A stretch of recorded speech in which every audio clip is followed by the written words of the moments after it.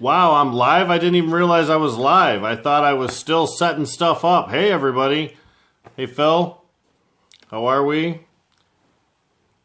I was going to go make myself some coffee, but now I've got people watching. I don't think I can do that anymore. Oh, I hope everybody's having a great Saturday. It's another quarantine day. Cold as hell in Michigan. Michael Thue, if you're out there, I saw the pictures of your yard covered in frost. Made me cold just seeing it, brother. I know exactly what you mean when you say, this is why I don't put plants in the ground before June 1 in Michigan. Smart guy up in the TC area. Oh, you know, when it comes down to it, there's a lot of things going on right now. There's a new story that broke today about, or broke, I guess, late yesterday, about a gentleman associated with a provisioning center project in Niles and some criminal charges that could be pending against him for some stuff involving a minor in cocaine and things. Those type of instances don't make our community look good. Innocent until proven guilty. Certainly no one wants to make any assumptions about anything. I've personally been the victim of media sometimes jumping to conclusions about things that they see that turned out not to be correct. So we'll reserve judgment on that. But there's a lot of other things going on too. A new bill was just introduced in the Michigan, I guess it's in the House, that would create a possibility for someone who works or is a spouse of a marijuana regulatory agency employee who's in a non-decision making capacity to potentially be involved in cannabis businesses. Certainly seems like an okay concept to me. I don't have any problem with that, but I do sort of have a problem with in the middle of a pandemic when a lot of legislation and lawmaking has been put on hold for 2 or 3 months, that someone would go to all the trouble of drafting a bill that's probably only going to affect 1 to 200 people in the state of Michigan. It seems like a really narrow window of concern at a time when we have lots of other things we should be more concerned with. Always makes me curious about the process by which that particular representative would have gone through when they're like, yeah, you know, somebody complained to me about something, let's just draft a bill right out of this. Secondly, it would adjust laws that I don't like opening up.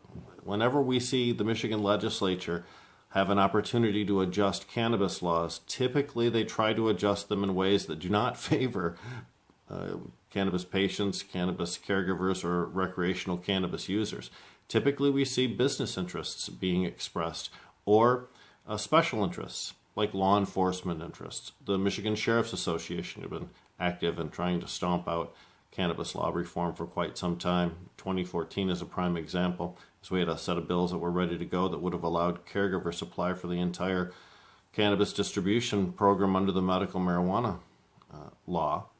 And that was sidetracked on the very last day of session by a telephone campaign by the Michigan Sheriff's Association. So that was a big disappointment. And then after that 2014 session, the 2015 and 2016 session came in, and that's when we got the current MMFLA, which denied caregiver supply to that particular program. So it's important now, too, to morning, intelligent, handsome advocate with a good hair, voice, and face. It's almost like I wrote that myself. Thank you, Susan. Nice. And Christy, hi, Rick. She says, hi, Christy, back to you. You know, Cropscout Christie, I don't believe you and I have ever met, but I've heard some really good things about you. Michael Thue says some good things about you, too. And Michael, somebody I trust. Cropscout, for those of you that don't know, I believe is an expert in the field of hemp and hemp cultivation. I was fortunate enough to visit Mark and Toni Shananaquet's place up north in Michigan last year while it was growing with hemp, and it was a wonderful experience. It was my first time ever. I get a smile every time I think about walking in a field of hemp and being able to just reach out and touch under the sky, which in Michigan we just really don't get to do. It was nice. It made me feel really good. So happy Saturday to everybody. Zaya, what's up? Anna, good morning to you as well. I'm seeing a lot of likes and a lot of hearts out there. What? I may have to do the Saturday morning thing all the time. The Wattage House in Stevensville. Phil, tell me more about the Wattage House in Stevensville. Derek, what's up? Love your stuff, Derek. John, Native Cultivations, Christie knows this center. Absolutely. Toni and Mark with Native Cultivations, a great setup. Wonderful people. You can have a great setup and have terrible people running it, and it's just a crap, right? Just bleh. So when you have wonderful people running something, you gotta love it. Oh, Phil, it's a hydro store. Thank you. Hey, David, Colleen, nice. Got a lot of people watching this morning too. We're starting to see some cannabis-related events starting to reschedule now. In July, we're seeing perhaps a big event from Marijuana Business Daily. What's up? My girl Sunshine. And Phil, 12 to 6, Monday through Friday at his shop. Cool. Vegas looks like they're ready to have conventions again, and the cannabis industry seems to love Vegas. So we're starting to see cannabis events being rescheduled for that big thing, including, I believe, a big event from Marijuana Business Daily. You're going to start seeing some events scheduled for later in the year. Last year, 2019, there was a big flurry of events in the last quarter. A lot of hemp events, too, in the fall. People were ramping up the hemp industry in the United States of America. That'll probably continue here through 2020, especially in the fall. So as we get closer to the summer months, you can start to see some of those things popping back up on your calendar, July's, August, and September's, and even October's. Hey, Wes, good morning, my brother Wes. Hey, Shannon. Those are exciting because everybody's been chomping at the bit to get back into a circle where we can talk to folks about the subject that we like to speak about the most. It's important, too, to remember that social distancing is still a valuable tool, and that even in states that may not have other restrictions, hello, Marjorie, even in states that don't have other restrictions, you can still use your own individual definition of what's safe for you when you travel. But we've seen hemp, cannabis industry events starting to reschedule in the United States and in Canada also, too. This is really an international industry, much more so now than at any other time. And although I was on I do a couple podcasts each week, people probably know the Jazz Cabbage Cafe and then also Planet Green Trees. Jazz Cabbage from 4 to 6 on Tuesdays. You can find it right here on Facebook. And then also Planet Green Trees 8 to 10 also on Facebook and other platforms too. But we talked about the opportunity for capital. Benzinga actually is a wonderful operation out of Detroit. Their office in Campus Martius is wonderful. Benzinga had a great video conference just the other day. Al Harrington was on there. We talked about the availability of capital and what we can do with refinancing and how cannabis businesses will be able to survive. We talked about how some instances it was on a downturn prior to the COVID crisis, and how it may take a while for those financing opportunities to rebound as people that have extra cash to finance things with maybe not quite so confident in the cannabis industry as they were initially. But from a consumer perspective, things are just on the upslope. I mean, cannabis as an essential industry in the state of Michigan, continued to operate almost at the same rate that it was beforehand. You look at consumption levels, which are tracked and recorded and reported on by the Marijuana Regulatory Agency. It would be really surprising to not see a little bit of a downtick during the months that we've been under coronavirus crisis situation here. But allowing delivery, allowing curbside pickup, allowing a lot of the different extra things that were empowered by the Marijuana Regulatory Agency has kept our industry in Michigan on the upswing. So when the crisis is alleviated, which won't be a single act, it'll be a series of things that brings us back to normality. Once that happens, our industry will pop like a cork from the bottom of the bathtub straight to the top. We'll have an easier recovery than I think almost any other industry will, and we'll continue that upward trend that we always were. Now, you saw, of course, in the news recently that we've, Phil says had their best quarter in 5 years under this crisis. See what I'm saying? Still lots of revenue out there. Even though logically it says sales would be depressed and suppressed because of this, some people, hydro stores included, really seeing an acceleration. It's kind of wonderful. But when we get away from the coronavirus crisis, the supply of cannabis is going to continue to increase as more and more cannabis cultivators licensed by the state come online, and as those sometimes they have 3, 4, 5, 6 Class C licenses that may entitle them to operate maybe 9,000 plants. They may actually only have, a couple thousand now, but they're scaling up. Well, the rest of 2020 is when they were scaling up. By the time we get to the end, we'll have a lot of commercial cannabis available. Although I disagree with the decision, this is why the MRA decided to remove caregiver cannabis from the supply of the chain come this fall. November, I think, is when the last, October or November. Because they can foresee commercial cannabis being sufficient to satisfy the demand placed on the industry by medical and recreational users. I would like to see caregiver cannabis continue to be a part of this program. I think it's important that caregivers not be excluded from a program that they helped to create. In fact, on the shoulders of caregivers, this entire program was built. I was a caregiver for several years, and I can tell you that oftentimes not necessarily very well respected the role caregivers have. However, the system was set up not to utilize caregivers as a supply. The system was set up to be self-contained, not to entitle supply from other states, not to entitle supply from caregivers, only to allow supply from licensed facilities where everything could be tested, controlled, regulated, and tracked. That's the way that they set the system up from the MMFLA, and that system was adopted over into the recreational law too. Not necessarily what we wanted, but that's the way it is. So when we're talking about Michigan's a fantastic opportunity for cannabis consumers, which creates a great opportunity for cannabis tourism. Detroit, are you listening?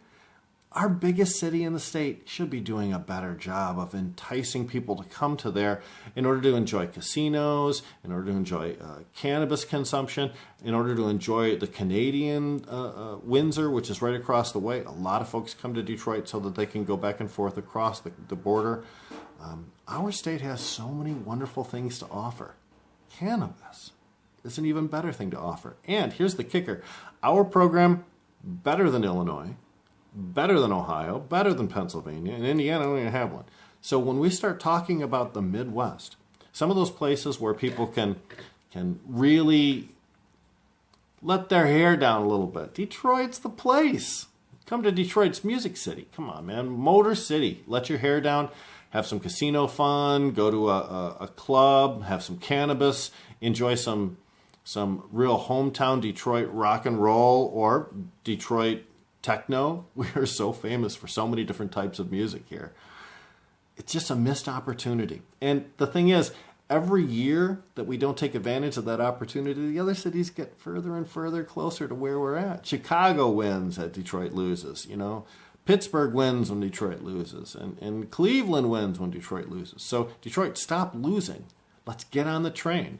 And you have to be able to empower social consumption lounges. The situation in Ann Arbor is probably the most advanced on social consumption lounges that we see. Kalkaska is about to get an awesome social consumption lounge.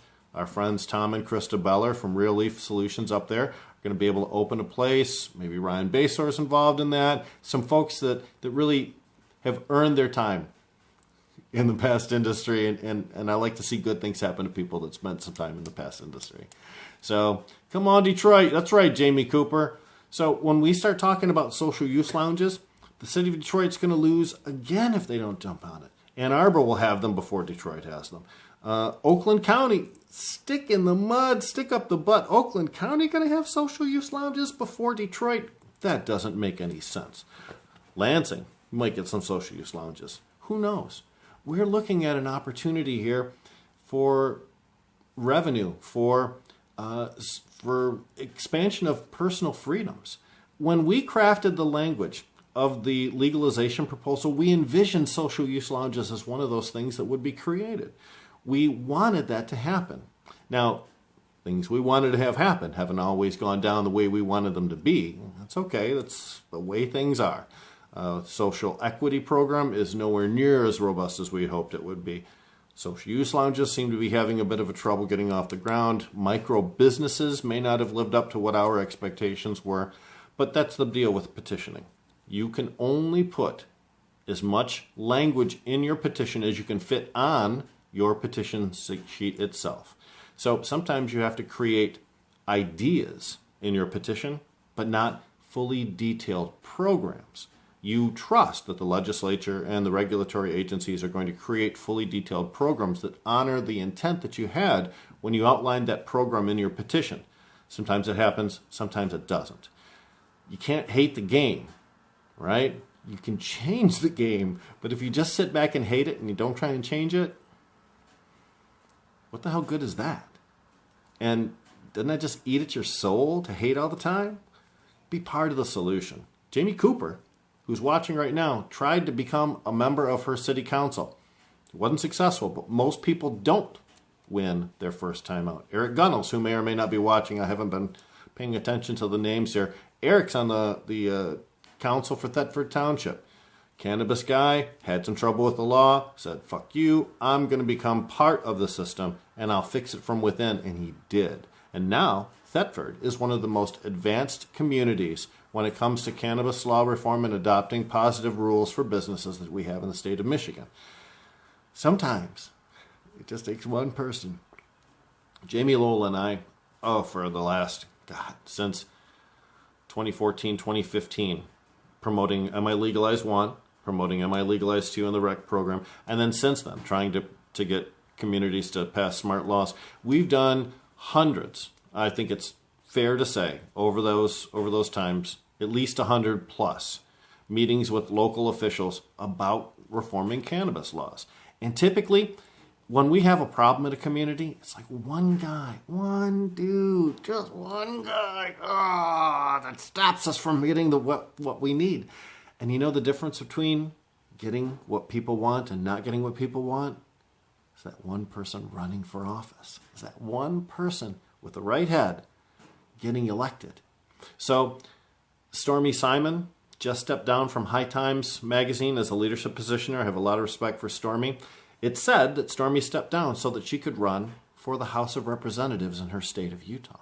And if that's the case, congratulations to Stormy, and well-deserved. And I hope she has an opportunity to run for office. We should all be so lucky. But it's difficult to get a House rep position or a Senate position if you haven't already had a local municipal position. So, run the game, learn the craft. That means starting at a local level, win an election or two, and then try to jump to the House. Oftentimes, people try and take a whole bite of sandwich when really that just chokes them. You can't go too big when it comes to politics. You'll fail. Plus, there's existing people who've already paid their dues who are in line for spots like that. And oftentimes you don't get the support from your party, whether it's Republican or Democrat, if you try and jump over all of those other people that have put in their time and have been, proven to be qualified individuals that are ready to go for these offices. So I hope that you continue to pay attention to local politics. We just had a case decision from Michigan Supreme Court called Deruiter. And that basically said that previously caregivers had lots of protections. Cities couldn't say you had to register. Cities couldn't say we restrict where you can operate. Seems like the Supreme Court is giving a little bit more credibility to those communities who'd like to regulate those things. So as a caregiver or as a patient who utilizes a caregiver, you should start paying attention to what's going on at your local community. A lot of prosecutors and a lot of local municipal officials will feel empowered to try and restrict caregiving activity in your local community if you aren't involved. So make sure you attend those meetings. Even if they're virtual, make sure you get a chance to take a look at the agendas beforehand because they're always published beforehand.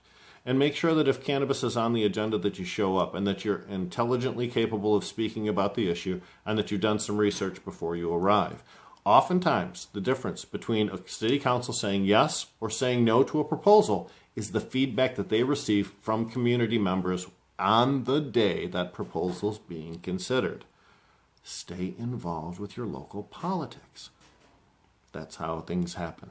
That's how most of your rights are taken away from you, is through local political action, not necessarily through statewide action. So, well, let's see. Rob Lapine, what's up? Genesee County boy. I'm sure municipalities will be looking at a cannabis opt-in licensing differently now that we've had the setback. You're absolutely right. In fact, some of us kind of thought 2020 might not be that dynamic of a year for some of this cannabis law reform stuff. Wow, we have seen a lot of things come out that inspires change. It's also kind of a problem in Michigan because there isn't an effective communication system here when changes happen or when changes are proposed for us to get the word out so that people can learn about these things and attend proper meetings and make sure that their feelings are known. I guarantee you that when we have corporate entities, and to their credit, they're certainly entitled to and expected to do this. The corporate entities have people there to speak on their behalf, to tell legislators and lawmakers how they feel. They're supposed to. That's how the system works. Citizens have that opportunity too, but if we don't take that opportunity, then the only voices they hear are people that sometimes represent a position that doesn't always reflect what the citizenry would like. They reflect what might be best for business. So, how would that affect the location if you only run 12 personal? Phil Melton. You know, Phil, it's difficult for us to predict. First of all, the legalization program says 12 in your home. You're good with that, okay? Caregiving is different. Now, if you're growing 12 as a patient in your home, the MMMA says that's cool too. And we used to think, as a caregiver, the only place you were guaranteed to be able to cultivate was in your own home. We'll see. Local individual prosecutors will take this decision, the Deruiter decision, and probably run with it in different directions. You may see some places on the west side of the state or on the north side of the state where typically those folks don't like cannabis as much as they do in the southeast Michigan here. And you might see some people try some radical restrictions. So it's difficult to say exactly what they're going to do, but I can tell you that, you know, as far as growing your 12 in your own home, they would have to challenge the actual legalization proposal itself, the MRTMA, the Marijuana Regulation Taxation of Marijuana Act. They'd have to challenge that in order to try and overturn that. But caregiving activities are different than personal cultivation. So, and again, just to remind everybody, you're Berrien County, so yeah, Phil, yeah, you know, sometimes smaller counties, smaller jurisdictions, smaller municipalities sometimes try and push the rules a little bit more than people that know there's a ton of eyes on their every move. So that can sometimes be the case. Phil gives me a thumbs up because he knows it's true. It sucks, but it is. Shannon says, Jamie is my man. I love you guys. I will never forget what you did for me when you two found out that I'd been attacked by a guy and broke my... Oh, my God. I don't even want to read any more of that, Shannon, because I remember. But I'm going to... People can read that in the comments. I know. Yep. John Sinclair and Richard Clement, too. Yep. We have a lot of folks in this industry that deserve praise and recognition. So... I have just amazed by the quality of people that I encounter on a regular basis just doing these things. When we used to do them, I would go to Grow Green over in Whitmore Lake once a month with Jamie, and we would do a speech to let people know about how things are doing during one of their growers' nights. Wonderful folks at Grow Green. If you get a chance to go out there, they feed you. It's wonderful. They love you. But the folks that you run across when you're in a grow store, man, some of the most realest folk, the realest motherfuckers you ever want to know are the ones carrying a big bag of soilless mix on their shoulder, headed out to their car because they just needed one more to finish their potting things, man. When you cultivate, when you put things in the ground and you grow them and you do it with your own hands, I think it gives you a perspective. So, I've been on this for a long time this morning already, and I'm going to finish up my live broadcast for this AM. I want to thank you all for hanging out and joining me. I'll do this again next Saturday. This was really popular. Again, Rick Thompson. Talk to you soon. Thanks.